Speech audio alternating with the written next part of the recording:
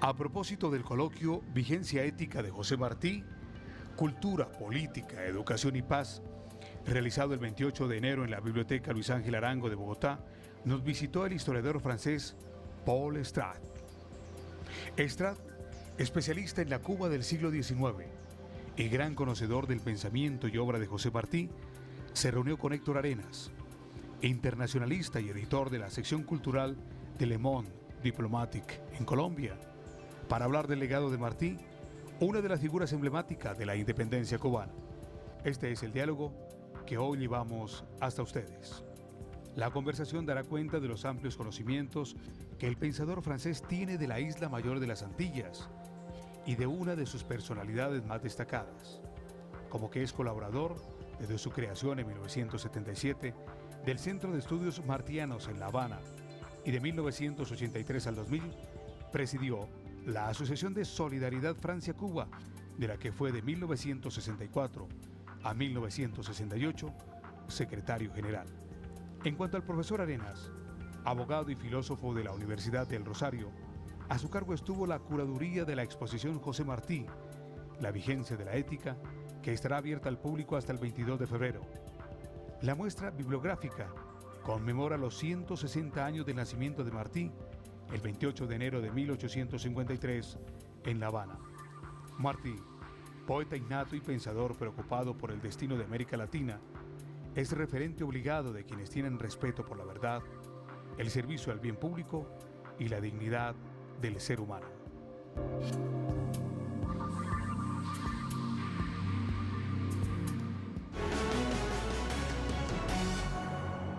Estimado Paul, nos encontramos en Diálogos y nos convoca un pensador tan formidable como desconocido en nuestra tierra, José Martí, un hombre que requerimos como bálsamo para todas las heridas que llevamos y como antorcha en las venas para todas las tareas pendientes que tenemos. Política, amor, democracia. Sobre esos tres ejes nos gustaría invitar tu palabra hoy. Gracias. Bueno, inicio con una frase de Martí. Dice, el odio no funda, solo el amor engendra maravillas. ¿Cómo unió en tu consideración, en tu estudio de tantos años, cómo unió Martí la política y el amor? Bueno, creo que no fue una unión fácil. Él nació en condiciones difíciles. Recuerden que es hijo de inmigrantes, o inmigrantes más bien españoles, que habían huido de la península por la miseria, ¿no? Nace pues en un hogar pobre, por un lado. Y después, como a los pocos años, él se siente más criollo, cubano, que español, entra en conflicto con los padres, que son españoles. Ese es un primer conflicto que tiene que vencer, o sea, amando a los padres y amando a su patria naciente. Y lo que lo lleva pronto a tomar decisiones más difíciles, que son, por ejemplo, que siendo estudiante y joven, él toma posición a favor de la insurrección que empieza en su país en 1868, y entonces él, para manifestar su solidaridad con los insurrectos, va a sufrir prisión, cárcel, presidio político.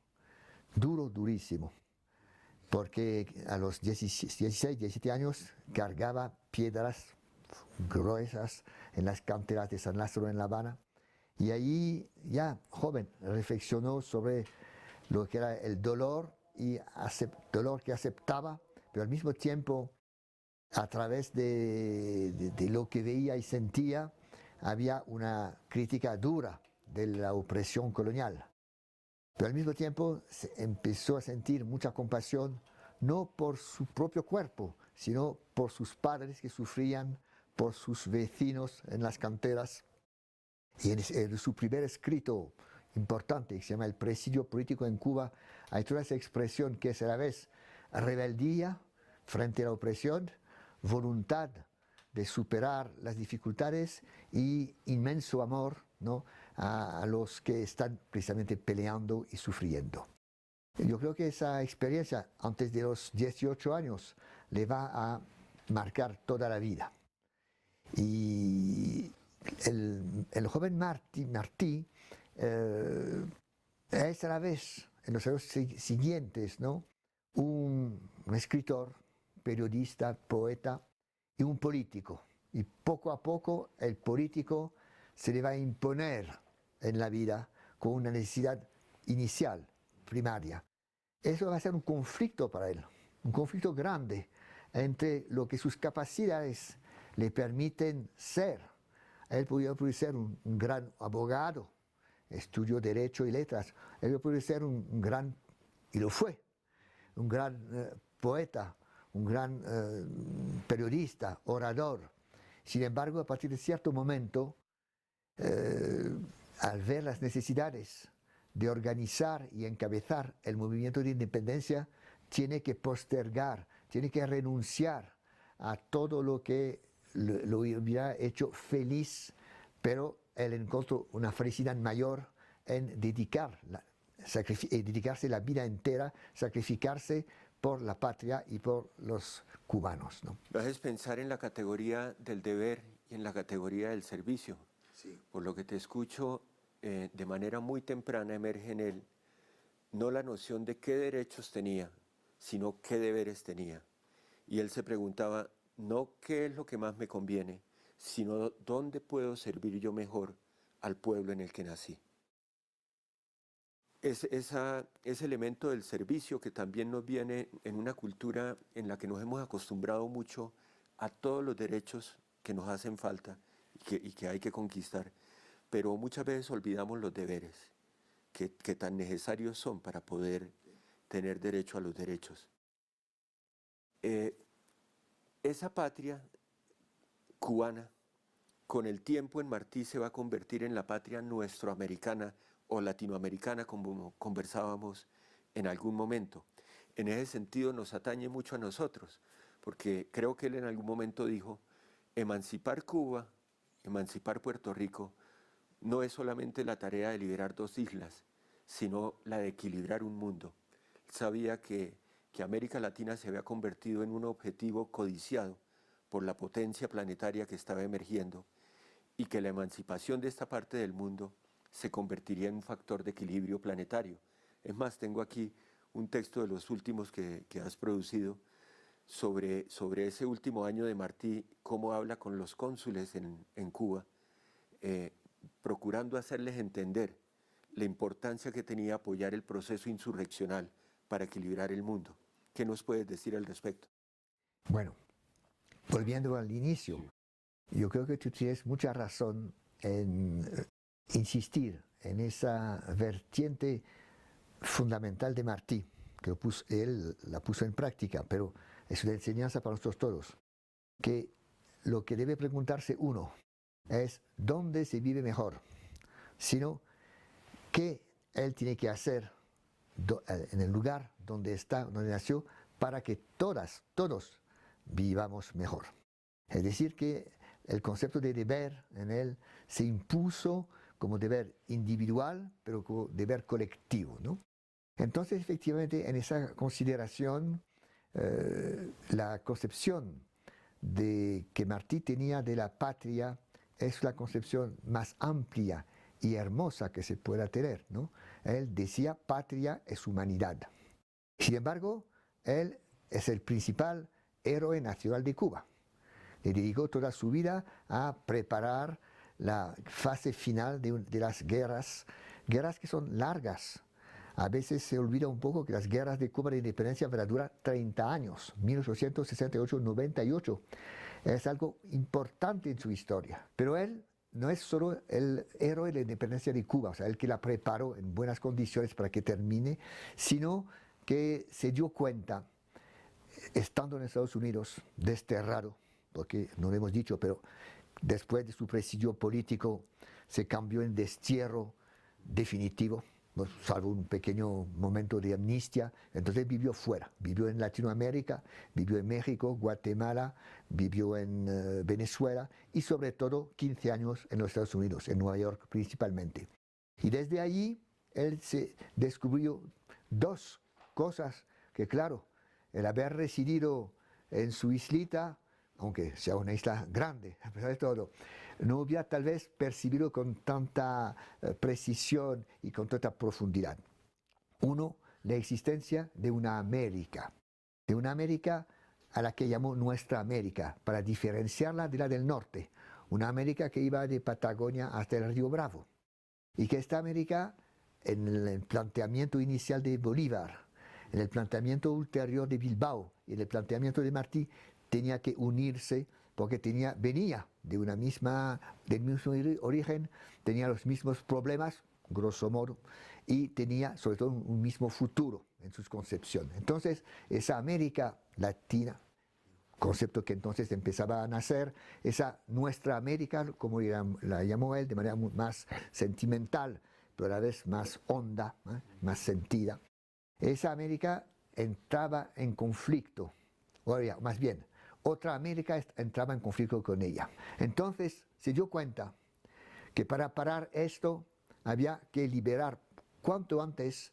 o sea, terminar la obra iniciada por Bolívar, escribir, como dijo Martí, la última estrofa de la independencia, liberando a Cuba y Puerto Rico, de modo que allí, creándose un espacio libre, independiente, en nuevas condiciones, con capacidades de desarrollo en un lugar estratégico. Estamos en vísperas de la apertura del Canal de Panamá. Y entonces Martí pensaba que ese Canal de Panamá podía ser objeto de conflicto, que si iba a servir los intereses ingleses, franceses, norteamericanos, y que entonces, para que no estallara una guerra para el control del Caribe, como zona estratégica, era importante quitarles el motivo de la pelea. O sea, que Cuba y Puerto Rico no sigan españolas, pero no que pasen a ser norteamericanas, que sean independientes. Por eso es lo que dice Martí en su famoso manifiesto de Montecristi, cuando dice, no estamos liberando unas islas hermanas, estamos liberando a las Antillas todas y estamos quitándoles a las grandes potencias un motivo de intervención y de dominación, y sobre todo él pensaba en Estados Unidos, y lo dijo claramente, porque dice él, ocupando las Antillas van a ser un pontón para seguir hacia Venezuela, hacia el Istmo, hacia América del Sur. Por eso él decía, estamos luchando por el equilibrio del mundo, y por la paz. Me hacías pensar en este momento en la vivencia que él tuvo en Estados Unidos esos 15 años, la contemplación que él tuvo de los monopolios y en especial de esa cultura económica rapaz, voraz, esa entrega de la vida a la acumulación de riqueza material como fin supremo de la existencia. Y él vio eso con temor, porque él veía que ese espíritu, o lo contrario del espíritu, diría uno, se iba a extender por nuestras tierras en caso de no lograr frenarlo en las Antillas. Él lo llamó la enfermedad del dinerismo y dijo que esa manera de pensar iba a amenazar la misma independencia del espíritu humano a nivel planetario. Hoy la globalización que vivimos, que no repara en medios con tal de conseguir fines, demuestra que no estaba errado en absoluto. Frente a eso, él planteó una democracia ligada al amor al pueblo, pero entendido no como un objeto, sino como un sujeto participante. Tú has trabajado muy bien esa dimensión de la democracia. Hay una obra tuya fundamental que se consulta prácticamente en todo el mundo, que se llama Los Fundamentos de la Democracia en América Latina. Un trabajo de grado en doctorado que te tomó 20 años de investigación. ¿Cómo es esa noción de democracia en Martí? Bueno, es un concepto es largo de explicar, primero porque el concepto de democracia, como tú sabes, se presta a horas y horas de discusión sobre su significado, su realidad, su dificultad y sus límites. Lo nuevo, yo creo, en el pensamiento latinoamericano del siglo XIX radica precisamente en esa concepción nueva de Martí, ¿no? Primero aplicado a la guerra, ¿no? Es decir, la guerra de independencia de Cuba no surge como habían surgido en todas las demás guerras, con un grito y un libertador que ya se impone por X razón, en general un militar. En la guerra de Cuba, que es larga, sangrienta, en la cual participan miles y miles de combatientes, en la cual España pierde más de 100.000 hombres. Esa guerra, Martí, para acortarla,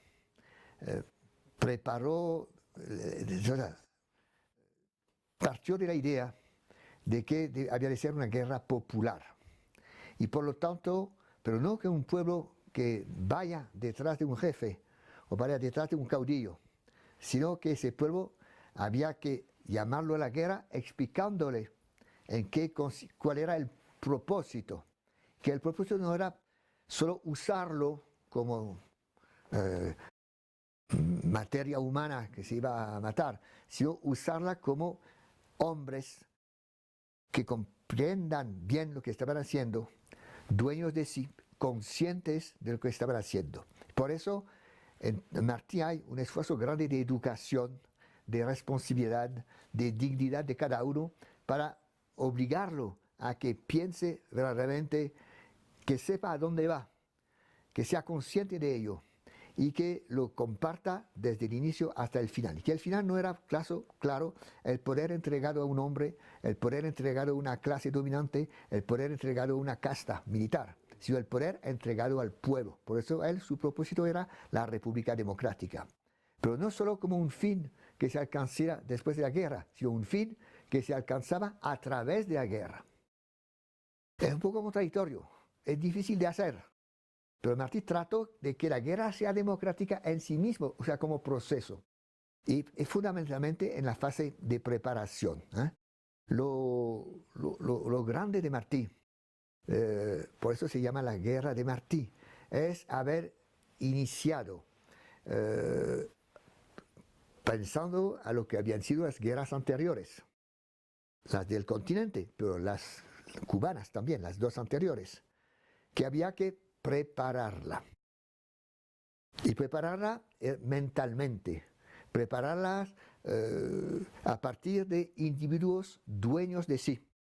Y por eso él creó un partido revolucionario cubano, que es un frente amplio de todas las capas interesadas y toda la gente interesadas en sacudir el yugo colonial. Es decir, la lucha no está contra el español, como en tiempos de Bolívar, no es guerra al godo, sino está contra el sistema colonial, inclusive, si es posible, con los mismos españoles que han sido expulsados de su tierra y que han llegado a la colonia para poder vivir un poco mejor. Entonces, Martínez dice, ustedes son tan explotados como nosotros. Entonces, su interés no está en defender la monarquía opresora, sino en apoyar o por lo menos en mostrarse neutros frente a nuestro movimiento, porque esta tierra, después de independiente, quedará abierta al trabajador español. Es una cosa excepcional en el mundo. Después de la independencia de Cuba, vinieron más españoles que había antes. Entonces, yo no entiendo cómo. Sí, es entendible. Vinieron más porque Martí había dicho, no, la guerra no es contra el español, trabajador. Está contra el ejército español, está contra el clero español, está contra la administración española que mantienen el sistema colonial. Pero por lo demás, no. Entonces, en todo ese proceso lo realizo a través del Partido Revolucionario Cubano, que es un ejemplo raro en la historia latinoamericana de movimiento democrático en sí y amplio. En él cabían el rico, el pobre, el blanco, el negro, el hombre, la mujer, el hombre y la mujer. El 10% de la militancia del Partido de Martí eran mujeres, muy poco frecuentes, o sea, en las condiciones de la época, ¿no? y era el patrón de una tabaquería y el tabaquero. Es decir, que se superaban las diferencias que existían. Martí conocía. Martí sabe que hay antagonismo, que no es natural que un pobre y un rico vayan juntos a la misma mesa, un blanco y un negro, ¿no? Etcétera, un santiaguero y un habanero. Pero había que superar esas diferencias, categorías venidas de la historia o de la economía de su tiempo para crear una patria común en la cual todos sientan bien, pero tengan todos recompensa después. O sea que, por eso la República de Martí tenía que ser una república justa y trabajadora. Pues en ese Partido Nacional Cubano, que funcionó en vida de Martí 3 años, del 92 al 95, y duró 3 años más, allí creo que podemos decir que eso fue un laboratorio de la democracia incipiente, por su composición, fundamentalmente popular, y en gran parte obrera. No es que es también raro en un movimiento de independencia nacional, cuanto más que entre los obreros cundía la idea anarquista de que el obrero no tiene patria. Martí tuvo que luchar contra esa idea que defendían los anarquistas españoles de las tabaquerías, pero ese movimiento, pues, yo digo de un laboratorio de democracia naciente, porque allí todos organizándose libremente en club, se discutían de los temas, no solo de cuánto dinero hay que dar, cuántas armas vamos a comprar, etc., sino qué es la libertad, qué es una nación, qué es la cultura, en fin, temas que parecen sorprendentes de ver qué cosas se discutían. Y además, sobre todo, en ese partido se practicaba una democracia, es decir, que se votaba todo. Y en el voto, cada uno, doctor o analfabeto, tenía una voz, un voto. Y cada club, un club de obreros, un club de mujeres, un club de comerciantes de Nueva York, porque se organizó el partido en la inmigración, claro que en Cuba era clandestino, no podía organizarse. Donde se organizó con mayor libertad fue fuera, en Santo Domingo, en Haití, en Costa Rica, en Estados Unidos, en París, en fin, en Colombia, hasta, ¿no? En Caracas. Y cada club, compuesto libremente, es una asociación libre de individuos. Cada club contaba uno en el momento de votar. Y la votación era anual. Y a Martí lo eligieron secretamente anualmente, ¿no? Y a Martí, para terminar con ese punto, no quiso que se le calificara de jefe o de presidente, sino más bien aceptó que se decidiera como delegado, o sea, hombre a quien el pueblo, que se está aprobando la elección, le delega su poder.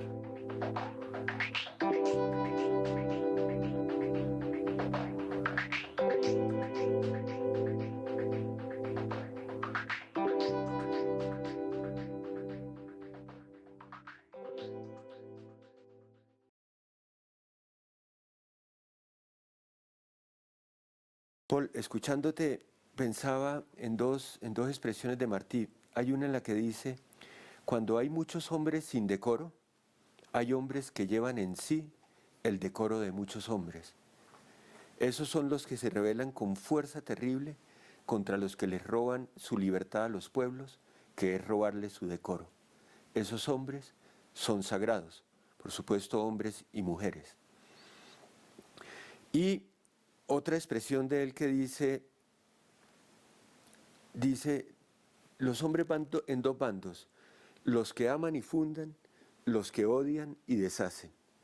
Entonces hay una apelación permanente que para nosotros eso es antorcha en las venas, una apelación permanente al elemento ético. Entonces yo quisiera que tú nos conversaras un poco sobre el tema de la ética en Martí, de ese lenguaje que es capaz de tocar el corazón, no solamente la cabeza. Bueno, yo creo que el mayor, o sea, la validez más profunda del aporte de Martí radica en su ética, es decir, en dos sentidos. Uno, en el ejemplo que él ofreció. Como le dije al principio, él pensaba y decía, repetía y puso en práctica de manera permanente que hay que poner en práctica lo que se siente, lo que se piensa, lo que se dice.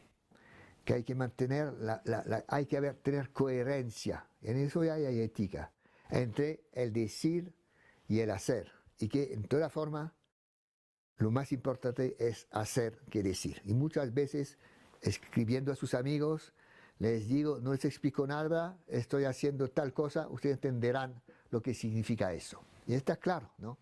Entonces, Martí luchó siempre contra el poder de la palabrería, contra el discurso hueco e insincero, sin sinceridad.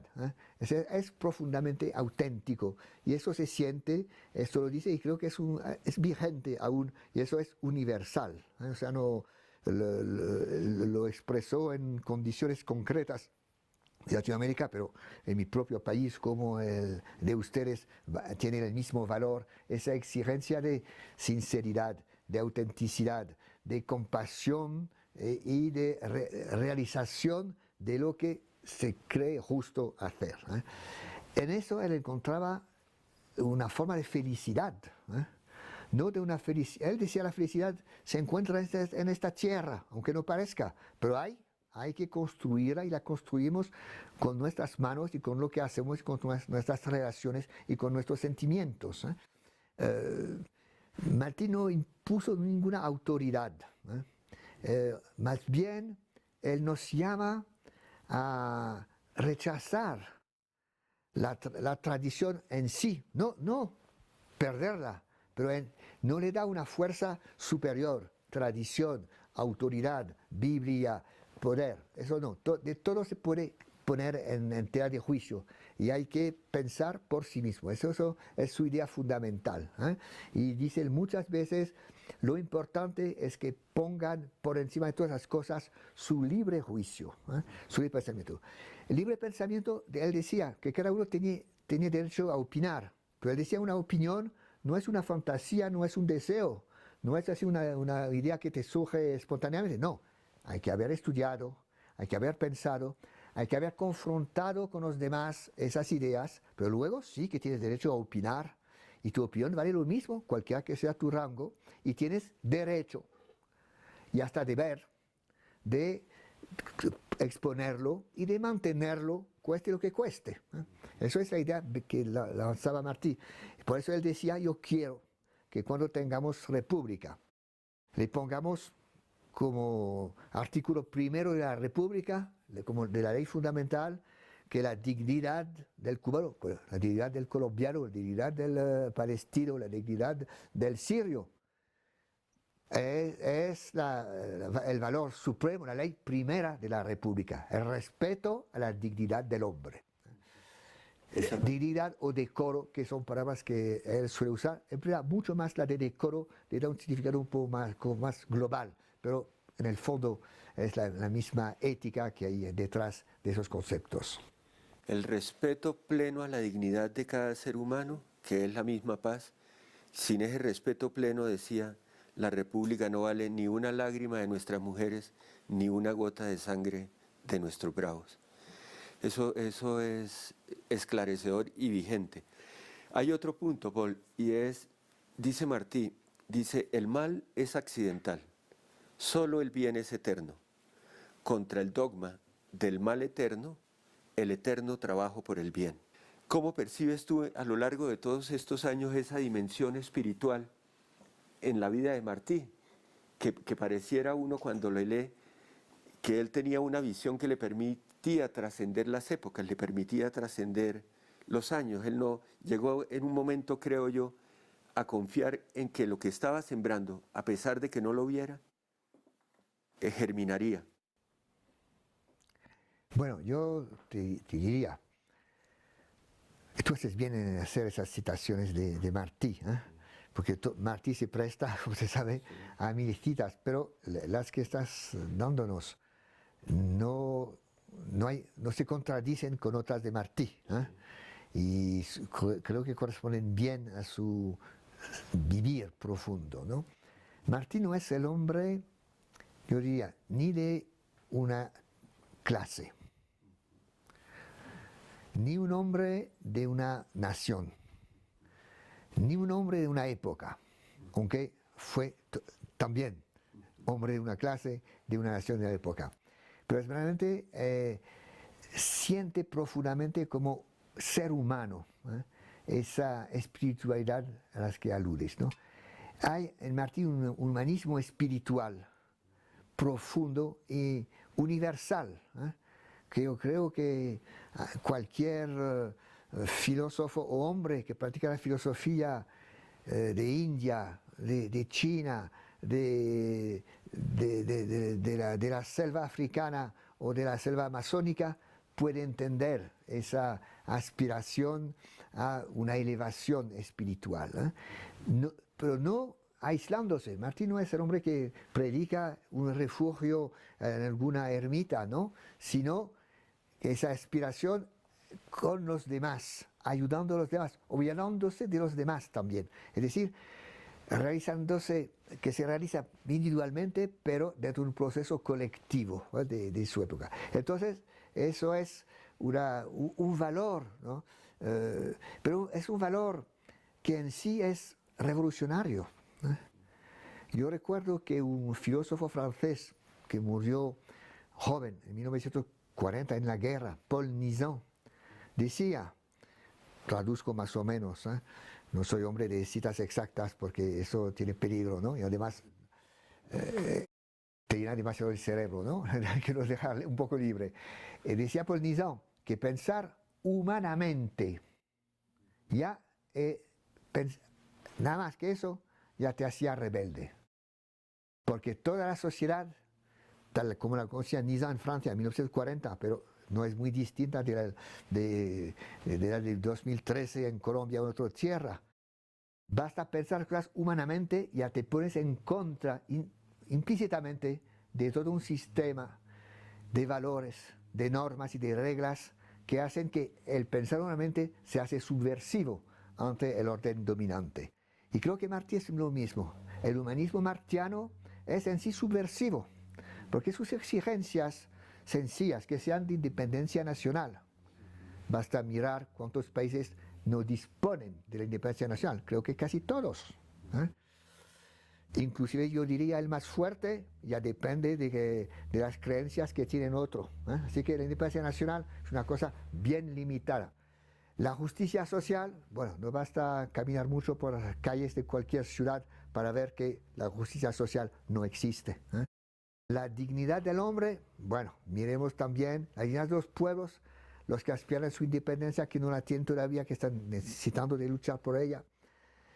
Bueno, pero lo que Martí es fuerte, precisamente son esos ejes, esas exigencias éticas de tratar de hacer lo posible humanamente y colectivamente, lo que le da mucha fuerza y lo que sobre todo nos inclina a comprometernos.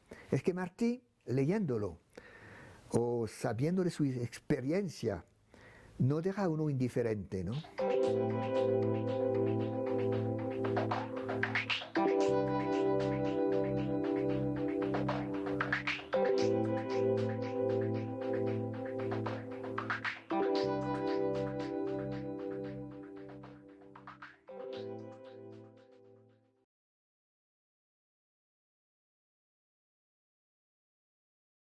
Uno podría comprender a José Martí como un extraordinario educador de nuestros pueblos y como tú muy bien has señalado, no solamente de los pueblos de nuestra América, sino un educador pues, mundial, planetario de la humanidad. A mí me llama la atención con el cuidado que tú mencionas acerca de no llenar el cerebro de las citas textuales, pero él dice, la enseñanza, ¿quién no lo sabe?, es ante todo una obra de infinito amor.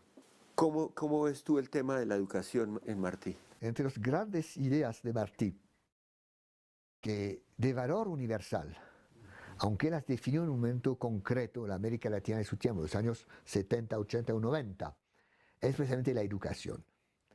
Él estaba seguro que un pueblo sin educación Y él empleaba más educación que instrucción, en el sentido que tú has dicho. Un pueblo sin educación es un pueblo al que se le puede llevar a donde se quiera, detrás de cualquier idea que sea buena o falsa, y hasta cualquier sacrificio sin que lo entienda la multiplicación.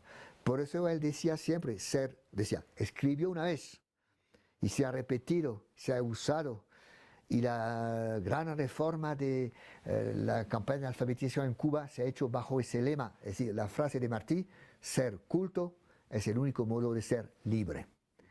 Entonces, relacionando eso y volviendo al tema de educación, se preocupó por una educación desde los primeros años, o sea, educación primaria, básica, fundamental, y dadas las condiciones de la época, él se interesó mucho por la educación del campesino, ¿no? Y entonces digo, ese campesino necesita una educación, bueno, ¿cómo decir? Elemental, que sea científica, pero no abstracta, concreta, como decías tú, que al lado de cada escuela haya una huerta o un taller, si está en las ciudades, y que sea pues científica, que sea concreta, que sea hecha con mucho amor por parte del maestro, que sea laica. Él decía, estaba claro, por eso él fue siempre a favor de la separación absoluta de las iglesias y el Estado, y de una enseñanza laica. Él decía contra teología física, estaba claro. Entonces, y que una educación que sea cívica, es decir, explicándole al niño lo que es la familia, la sociedad, de dónde viene y para qué se está construyendo, o sea, formar en él al futuro ciudadano, concepto necesario e importante en su visión democrática de la sociedad. Entonces, esos planteamientos sencillos, prácticos, que él mismo puso en práctica siendo maestro, ¿no? Creo que siguen teniendo un gran valor. Él lo ampliaba a todos los niveles, inclusive al nivel universitario, donde decía, claro, debemos saber de todo, pero sepamos también y mucho de nuestros antepasados, o más bien, de los que vivieron primero en esta tierra antes de la conquista y la colonización. Y en eso llamó permanentemente, a nivel de educación, a nivel de creación literaria y estética, a que se tomase en consideración los orígenes, los factores propios del país. Ese es un concepto de Martí bien válido. Copiar no sirve para nada. Imitar siempre conduce a una actitud de servilismo. Eso no significa ignorar lo que se ha hecho o lo que se está haciendo fuera, sino no, conocerlo, entenderlo, adaptarlo, introducirlo, pero con la idea de que no vamos a repetir lo que se nació en otro contexto y vale para otros, sino lo que lo vale para nosotros. Por eso él decía, injértese el mundo en nuestras repúblicas, pero que el tronco siga siendo el de nuestras repúblicas. Es decir, es una concepción bien amplia, justa, profunda de la creación, de educación y de la creación estética cultural en general, ¿no? Es una concepción nueva de la cultura. La cultura en su tiempo era hacer lo que era de moda en Washington, en Londres, en París o en Madrid, ¿no? Y entonces copiarlo del todo, en la forma, en el vestido, en la comida, en el tipo de obra teatral, el tipo de poesía. Martí dijo, bueno, todo eso existe, hay que conocerlo, pero hagamos obra latinoamericana. Pero él decía, no haremos teatro hispanoamericano, no tendremos economía hispanoamericana, no tendremos política americana mientras no tengamos América Latina, Hispanoamérica o América independientes y libres. Estupendo, estupendo, Paul. Ese elemento del estudio de los factores reales del país, de la necesidad de estudiar lo nuestro con nuestros propios ojos, para dar el tránsito a ser creadores de las realidades que no tenemos, pero que anhelamos, es indispensable y es vigente para todo un sistema educativo y cultural que aún tiene que moverse hacia esa conciencia. Quiero no terminar sin esta mención de Martí en la Edad de Oro. En 1889 él hace este trabajo precioso para las niñas y los niños de nuestra América. Y dice al final: así son los padres y las madres buenas, que creen que todos los niños son sus hijos.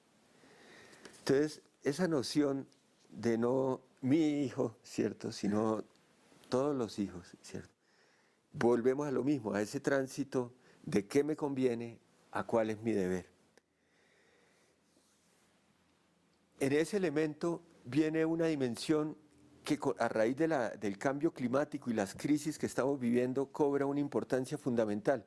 Martí decía: la ciudad ejecuta, la naturaleza cura, consuela, fortalece y prepara al hombre para captar lo invisible, que es una capacidad que hemos venido perdiendo. ¿Cómo ves tú esa relación de la naturaleza en el pensamiento de Martí? Tú tienes mucha razón en eso, ¿no? Martí vivió en una gran ciudad, la mayor, o sea, no la mayor ciudad, pero la mayor ciudad de América en su tiempo, en pleno crecimiento, Nueva York. Y lo vivió bastante mal.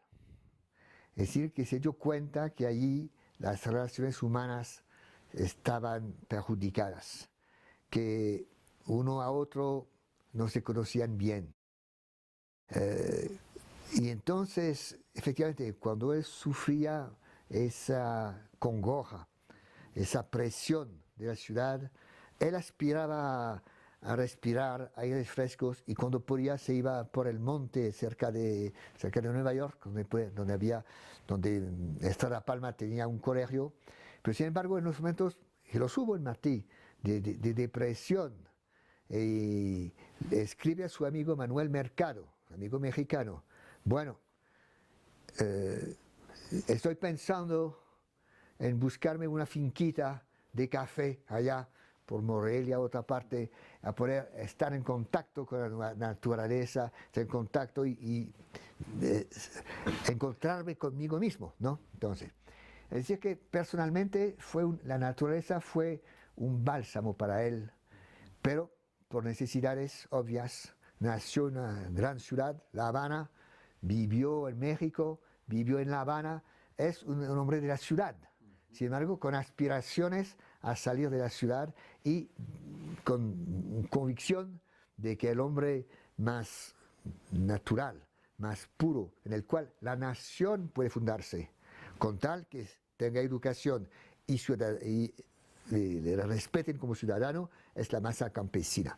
Claro, en el tiempo eso ha evolucionado, la masa campesina no representa lo que representaba en su época. Y en esa valoración de la naturaleza, Martí pensaba que eso había que aprenderlo al niño. Desde la niñez hasta en la ciudad había que hacerle amigo de las flores, explicarles cómo eso crecía, respetar. Hay toda una poesía de la relación en él entre el crecimiento del niño a hombre y del crecimiento de la planta, de la semilla hasta la flor, ¿no? Y eso es de lo más bonito, y que cualquier niño se le puede aprender. O sea, a Martí se le puede entrar por varios medios, ¿no? Creo que su poesía es sencilla, aparentemente sencilla, pero fácil de aprender, de los versos sencillos, o de la poesía dedicada a su hijo Ismaelillo, ¿eh? Eso sí que cualquier joven de habla española lo entiende, lo siente y lo capta bien. Pero a Martí hay ese pensador que hemos evocado anteriormente, y que creo que sería muy bueno que en todas las universidades del mundo donde se estudia letras y ciencias sociales se haga de vez en cuando el estudio de su ensayo Nuestra América. No es largo, 10 páginas, pero se prestan a ¿cómo decir?, a una cátedra de un año si se quiere explicar todos los fundamentos, las dimensiones político, económicas, sociales y sobre todo espirituales que hay en ellas.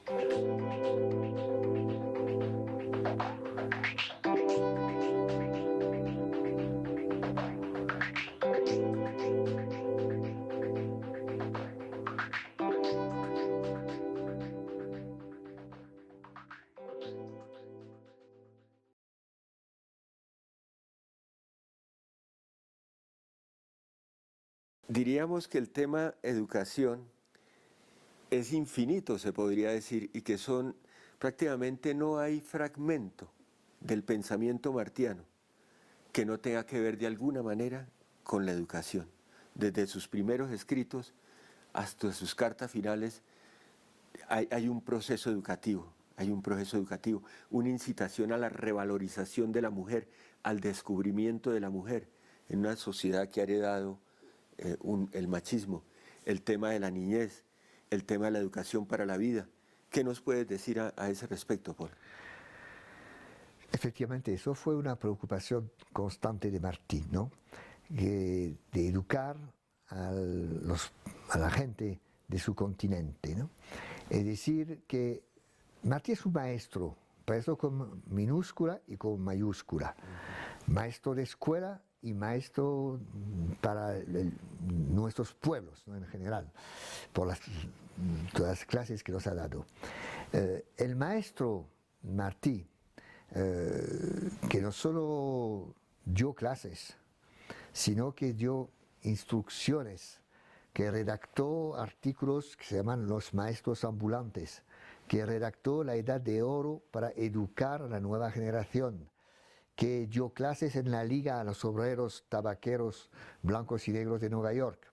Ese maestro estimaba fundamental es el ensanchamiento de la cultura, ¿no? Por eso él dijo, precisamente en Maestros Ambulantes, ser culto es el único modo de ser libre. Y que es muy profundo, ¿no?, muy profundo como concepto y de una validez permanente, ¿no? Esa educación él la veía necesaria, él sabía perfectamente que en un pueblo de analfabetos te lo puedes llevar a donde quieras, ¿no? Y que la educación misma existía, uno cobraba los elementos y la fuerza y la costumbre, el hábito de pensar por sí mismo. Es que era su finalidad, ¿no?